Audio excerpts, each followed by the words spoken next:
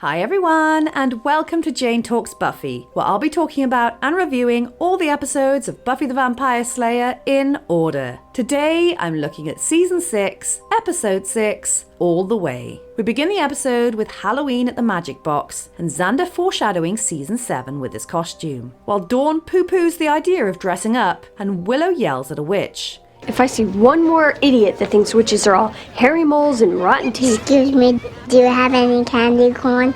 Aww. Dawn sees a medallion she likes and steals it before Anya asks Buffy to pick up supplies from the basement, but she worries she's going to time loop again and runs into Spike, What are you doing lurking down here? who invites her to patrol, but does so in a weird way. So Buffy says no, and it's all a bit awkward, so he leaves. So much easier to talk to when he wanted to kill me. She's stuck packing for Giles, even though she tries to get out of it, as a man comes home, spies on the neighborhood kids, and pulls out a knife. And into the credits we go. Everyone is exhausted after being inundated with customers, except for Anya, who is excited about all the money. And when Xander sees her happy dancing, he decides now is the time to announce to everyone that he and Anya are getting married. They make out to celebrate, and Buffy realizes something about Giles.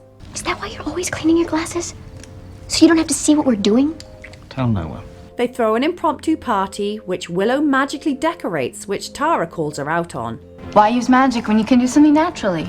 And they get into an argument, which Dawn walks in on. Buffy congratulates Xander before Dawn says she's going to a sleepover, which Buffy isn't a fan of, and Giles doesn't want to get involved, so she ends up convincing Buffy to let her go. But she actually meets up with her friend and goes to the park, where she's introduced to Justin. Dawn likey. They go and vandalize stuff, and Zach mentions Justin going all the way. But Janice is bored. Don't watch any unmarked videotapes. However, Zach wants to hit one more house. Everyone is apprehensive because the creepy old man lives there, so Dawn volunteers to go grab his pumpkin, but is caught. However, the old man invites them in.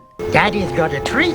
Ooh, and they go inside. The man explains he was a toy maker until a mistake cost him his job, so Justin offers to help him in the kitchen. But turns out he's a vampire and kills him, causing a crash, but he plays it off and they all run away. Anya is super excited about everything and babbles about their future, which clearly freaks Xander out. So he goes outside with Buffy for air, and she pep talks him before heading out to patrol. Justin congratulates Dawn on a job well done before giving her his jacket, and Zach steals someone's car while Buffy goes for a lonely walk and comes across the scene of a vamp attack. Janice's mum calls Giles, where they realize they've both been lied to, so he deploys the Scoobies to find her, and Zach chases Janice, leaving Dawn awkwardly in the car with Justin. Cold doesn't really bother me. She's clearly nervous, but they kiss anyway, Dawn's first time, and she starts babbling, so he kisses her again. Oh hey, the bronze! Have we been here this season yet? Willow and Tara look there for Dawn, and they seem to have gotten over their argument, until Willow tries to use magic again, and they start arguing. Willow, you are using too much magic.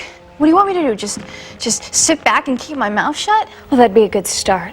Bitch, please! I don't blame Tara for walking off. Dawn's makeout sesh turns weird as Buffy goes to Spike's, who warns her Dawn is AWOL, and Giles, out looking for her, hears screaming and runs to find Zach nomming down on Janice. He tackles Zach, but he retaliates, so Giles kicks him into a tree branch. Bye, asshole! Dawn tries to run, but Justin grabs her, and when Giles gets involved, he finds himself surrounded by vampires, so Spike and Buffy come to help, the latter telling her sister off for being careless. Excuse me. Can we fight now? Hey, didn't anyone come here to just make out? Oh, that's sweet. You run.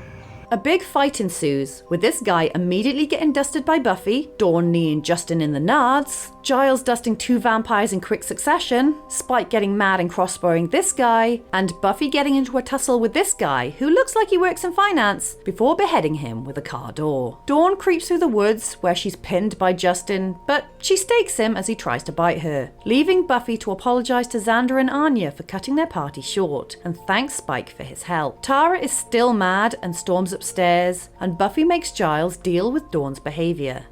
This is the part where you tell me you're not angry. Just disappointed. Pretty much. Except for the bit about not being angry. Willow tries to apologize, but when it doesn't work, she casts a spell on Tara to make her forget it ever happened. This one is super forgettable. I mean, the Halloween episodes prior to this one were a lot of fun, but all the way is just meh.